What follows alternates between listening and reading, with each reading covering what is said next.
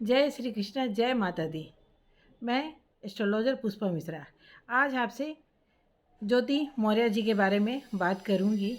ज्योति Maurya ji, SDM साहिबा, आपने ऐसा क्यों किया? आपको तो हर औरत के लिए मिसाल बनना था। ये आप क्या बन बैठी? आज हर एक औरत, हर एक महिला आपके ऊपर गर्व महसूस करती, मगर आपने तो हर एक महिलाओं का सिर नीचे कर दिया। जो पति आपके साथ, आपके पीछे रात दिन लगे रहें, रात दिन मेहनत किए, उस पति को ही आपने धोखा दे दिया। जो पति सफाई कर्मी है, ठीक है, सफाई कर्मी तो वो उस समय भी थे जब आपका शादी हुआ होगा। जब आपका पहला बच्चा हुआ फिर भी वो सफाई कर्मी ही होंगे। जब आपका दूसरा बच्चा हुआ फिर भी वो सफाई कर्मी ही होंगे। जब वो पढ़ा लिखा करके आपको इस पोजीशन पर पहुंचा रहे थे, उस वक्त भी सफाई कर्मी ही थे वो। आपको तो हर एक औरत के लिए एक मिसाल बनना था, मगर आप तो हर एक औरत को ही नीचे गिरा दिए। जो पति दिन रात मेहनत करके आपको पढ़ा लिखा करके इस काबिल बनाया कि आप एसडीएम का पोजीशन ले सके, आपने तो उस पति को ही धोखा दे दिया। एक औरत के लिए घर में थोड़ा काम नहीं रहता है। आप किसी भी साधारण औरत के घर जाएंगी तो सुबह से रात तक औरत काम ही करती रहती है, कभी ये काम है, कभी वो काम है। मगर आपके पति ने आपको पूरा टाइम दिया। आपके घर का खाना बनाए होंगे, वो बर्तन धोए होंगे, कपड़ा धोए होंगे, रात का नींद भी त्यागे होंगे, आपको अपने हाथों से खाना भी खिलाया होगा, आपके दोनों बच्चों को संभाला, टिफ़िन दिया, स्कूल भेजे, सब कुछ किए और आपको पूरा आज़ादी के साथ दिन रात का टाइम दिए पढ़ने के लिए। क्योंकि टाइम आपको मिलता तभी आप पढ़ करके इस पोजीशन पे आती। वो पति का सारा गुण ही आप भूल गई, सारा गुण भूल गई कि आपके पति ने आपके लिए क्या किया। आज आपके कारण बहुत पढ़ने वाली औरत अब पीछे रह जाएगी। कितनों के पति अब नहीं पढ़ाएंगे, कितने माँ बाप भी पढ़ाने से पीछे हटेंगे कि नहीं, पढ़ करके इसको फिर किसी का प्यार का भूत सवार हो जाएगा और ये धोखा दे के चली जाएगी।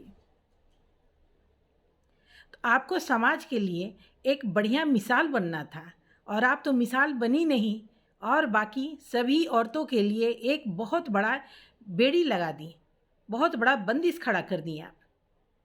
अब हर एक औरत को आगे बढ़ाने के लिए उसके पति को सोचना पड़ेगा कि इसको आगे बढ़ाए कि ये नहीं बढ़ाए। मेहनत, आप कहेंगी कि हम अपने मेहनत के बलबूते पे आगे बढ़ें, तो मेहनत करने वाले तो बहुत होते हैं, मेहनत करने वाले बहुत होते हैं, मगर उनको सहयोग देने वाला कोई नहीं मिलता है। आज अगर आपके पति ही बोलते कि गरम गरम रोटी बना करके दो, कपड़ा प्रेस करके दो, तभी हम पहनेंगे, बच्चों को सही समय पर देख रेख होना चाहिए, क्या आपको टाइम मिल जाता? आप पढ़ करके ये पोजीशन ले लेती? कैसे उस इंसान का आप एहसान भूल गई और आज वो इंसान आपको सफाई कर्मी लग रहा है? ये बोलने में भी आपको जरा सा झिझक नहीं हुआ कि आप अपने पति को, जो पति सारा त्याग करके, एक पत्नी से पति को बहुत ही इच्छा होता है और बहुत चाह होता है और बहुत फरमाइश भी होता है, मगर आपके पति ने हर फरमाइश का त्याग किया, हर एक चाह का त्याग किया होगा, तभी आप इस पोजीशन पे आई। और पैसा, मेहनत करके उन्होंने इतना पैसा भी आपके पीछे लगाया। मेहनत, आप तो बैठ के किताब लेकर के मेहनत की, वो मानते हैं कि मेहनत आपका हुआ। तो इस मेहनत के बाद अगर सफाई कर्मी पति को कोई कहता आपको बेइज्जती लग रहा था, तो सिर्फ एसडीएम का पति भी वो कहला सकते थे। इसके लिए पति को छोड़ने का तो कोई बात नहीं था कि आप पति को छोड़ दें। और याद रखिए कि जिस पति को आप छोड़े हैं या कोई भी पत्नी अपने पति को धोखा देती है, जो एक पति पत्नी के लिए कर सकता है वो एक प्रेमी नहीं कर सकता है, किसी कीमत पर प्रेमी नहीं करेगा। एक पति अपने पत्नी को कभी भी खराब हालत में नहीं छोड़ पाता है, हर तरह से उसका सहयोग करता है, उसका साथ देता है, मगर एक प्रेमी को छोड़ने में तनिक भी मात्रा देरी नहीं होता है, वो तुरंत छोड़ के चल देता है। वो तो ज़रा आप उसके मन के लायक नहीं करेंगे वो आपको छोड़ के चला जाएगा, मगर एक पति नहीं छोड़ सकता है। पति पत्नी में कितना भी लड़ाई झंझट कुछ भी हो, मगर पति के पास पत्नी के लिए अगर कोई भी अपशब्द बोल दे वो पति नहीं बर्दाश्त करेगा। ये हमारे हिंदुस्तान के पति हैं और हिंदुस्तान की पत्नी भी ऐसी ही है कि अपने पति के खिलाफ सुनना नहीं चाहेंगी। तो आपसे अगर आप हमारे बात को सुने और समझे तो आपसे ये प्रार्थना है कि आप अपने घर को संभाल लें और हमारे समाज के लिए आप बहुत ही पावरफुल औरत बनी हैं और लोग आपका मिसाल दें। आप अपने घर को संभालिए, कल गए आपकी बेटी पर क्या संस्कार पड़ेगा, आपके बच्चे पर क्या संस्कार होगा। जिसकी माँ का ही नाम का इतना चर्चा पूरे समाज में पूरे हिंदुस्तान में चल रहा है, उसके बच्चे पर क्या असर होगा। और जो पति इतना रो रहा है उस पति के आंसू पे आप नहीं प्यार का महल बना सकती हैं, बिल्कुल आपका प्यार का महल नहीं खड़ा होगा।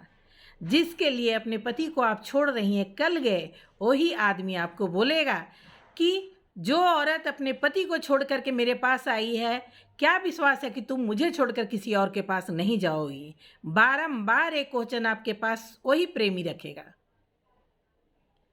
तो हम आपसे यही विनती करेंगे और प्रार्थना करेंगे कि हमारे समाज के लिए आप एक बहुत ही अच्छी महिला बने और अपने घर को संभाल लें, अपने बच्चे को अच्छा संस्कार दें। अगर आप अच्छे तरीके से संभल जाती हैं तो आज हमारे देश की बहुत सारी बेटियां आगे बढ़ने से रुकेंगी नहीं, बहुत के पति उनको आगे बढ़ाएंगे।